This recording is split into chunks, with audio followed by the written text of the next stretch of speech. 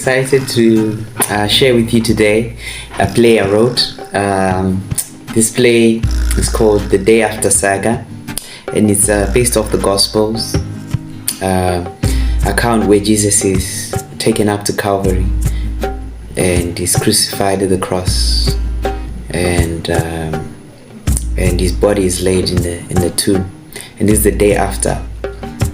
I encourage you to read the Gospels for yourself. But I kind of wrote this story, putting myself in different characters and what may have been going on in their hearts. So the different characters: there's Peter the disciple, there's Simon from Cyrene, there's Marcus the soldier, there's James the lawyer, and Mary the outspoken. The plot: there was a garden called Gethsemane in the middle of a busy town, Jerusalem, a place of retreat from stressful times. It was usually a quiet place to be on a Saturday, as it was Sabbath, when most went to the temple. But on this particular day, some sought isolation. You could hear 4 people quietly crying, as if their souls were in turmoil, each under their own tree. They're not far away from each other, at least a stone throw away. Then arrived another one in the garden. This one was rather loud. Coming under his own tree, he cried out in anguish. It was Peter. "Peter, I'm sorry, Lord. I denied you over and over again, stabbing you in the heart. I should have died along with you." Marcus, a bit frustrated because he was disturbing everyone else's quiet time. "Marcus, at least you didn't kill no one." Suddenly everyone's attention was drawn into the conversation. "James, so what? You killed a man in your line of duty as a soldier. Since when does that bother you? Aren't you supposed to be tough?" "I falsely accused someone on trial to die.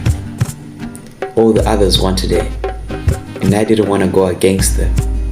I was a coward. I chose my own status and popularity over doing the right thing." Mary, putting it all together, realized they were all referring to the same person. "Mary, none of you did worse than me." It was all left to Pilate to decide the case. I was there too in the crowd. Pilate was ready to throw out the case. He said it was no ground to kill anybody. I had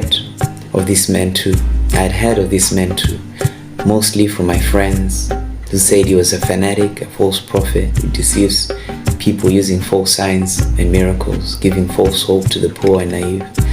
I believed it, though it wasn't true. So I thought he deserved to die. So as the chief priest encouraged the people, I shouted the louder for him to be crucified. I swayed others to join too. "Simon, I was there in the crowd too. To my shame, I followed them in order to enjoy the spectacle. I kept quiet throughout, though deep down I knew it was wrong. Inside my heart, I was really hungry for violence."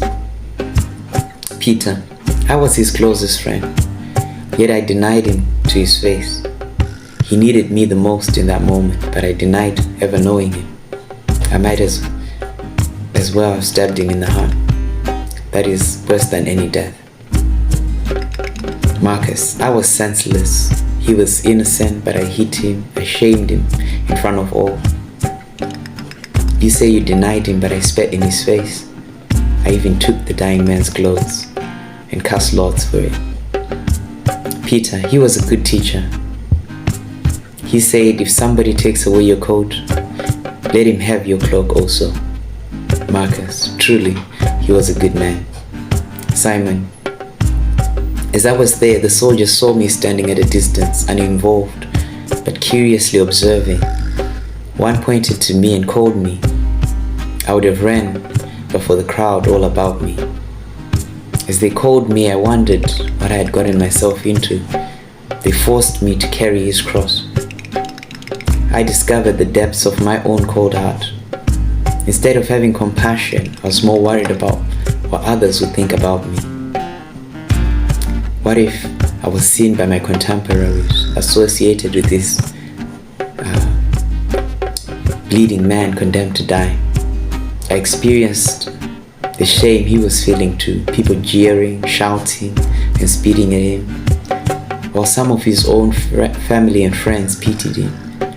In all this,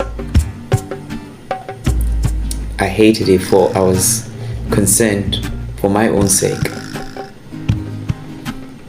I could have spoken to him, I could have comforted him and helped him go through with this heavy load. But instead, I couldn't just wait to be let off, disassociate and detach myself forever from him, of which I'm now sad as a result.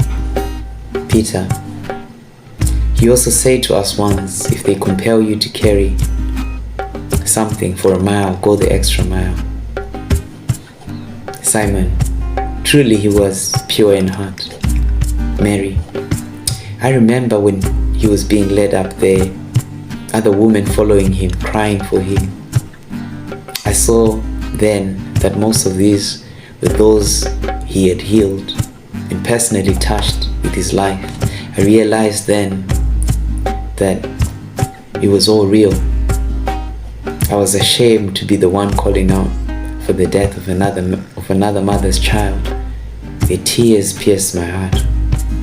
I saw a woman I had known to be a prostitute, now completely transformed. I started to wonder if there was something more about this man than what most people say. Marcus, there was something about him, unexplainable things happened. Then as he hung on that tree, midday became dark as night. There was a great earthquake when the graves opened up and the dead came to life. Lawyer, the curtain in the temple was also rent in two. Peter, he was the Son of God. Marcus, what have we done? He warned the women following him that they shouldn't cry for him, but for themselves and their families. That trouble would after befall them, and fear would grip them, so that they would all run to the mountains and the hills, asking to hide them. We are undone. How can we fix this? Peter, we can't fix this. How can we ever take it back? How can we revisit the past? His blood is on all of us. We are responsible. However, he died for us to reveal our hearts, to take away the punishment of our sins. Mary, when he was hanged up on the tree, he cried, Father, forgive them, for they do not know what they are doing. James, he surely cancelled our deaths. Simon, I'm certain of one thing. From now on, I'll always carry in my body He's putting to death, so that his life may also be manifested in my body. Peter, it is the love of Christ which compels us.